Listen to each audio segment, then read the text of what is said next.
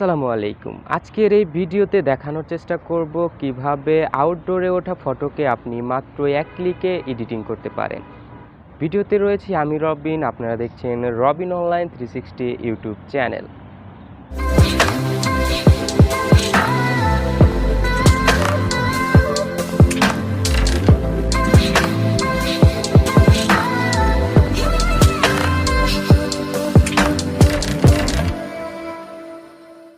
চলে আসতে হবে লাইটরুম অ্যাপ্লিকেশনে। লাইটরুম অ্যাপ্লিকেশনটি ওপেন করার পর আমাদের চলে যেতে হবে প্লাস আইকনে। প্লাস আইকন থেকে আমাদের ছবি এবং আমাদের পছন্দের ছবিটি এবং একটি প্রিসেট রয়েছে সেটি অ্যাড করে নিতে হবে।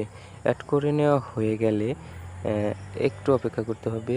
হ্যাঁ, অ্যাড হয়ে গেছে। এই যে প্রিসেটটি দেখতে পাচ্ছেন, এই প্রিসেটের উপর চাপ দিতে হবে।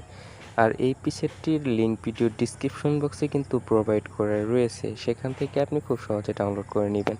এরপর এর উপরে যে 3 ডট আইকন দেখতে পাচ্ছেন সেখানে একটি চাপ দিন। চাপ দেওয়ার পর এখানে কপি সেটিংস নামে যে অপশন সেখানে একটি চাপ দিন। চাপ দিয়ে টিক মার্কে ক্লিক করুন এবং ব্যাগে চলে আসুন। ব্যাগে চলে আসার পর আপনাদের পছন্দের ছবিটিতে ক্লিক করুন। পছন্দের ছবিটিতে ক্লিক করার পর আবারও 3 ডট আইকনে ক্লিক করুন এবং এখান থেকে পেস্ট সেটিংসে ক্লিক করুন।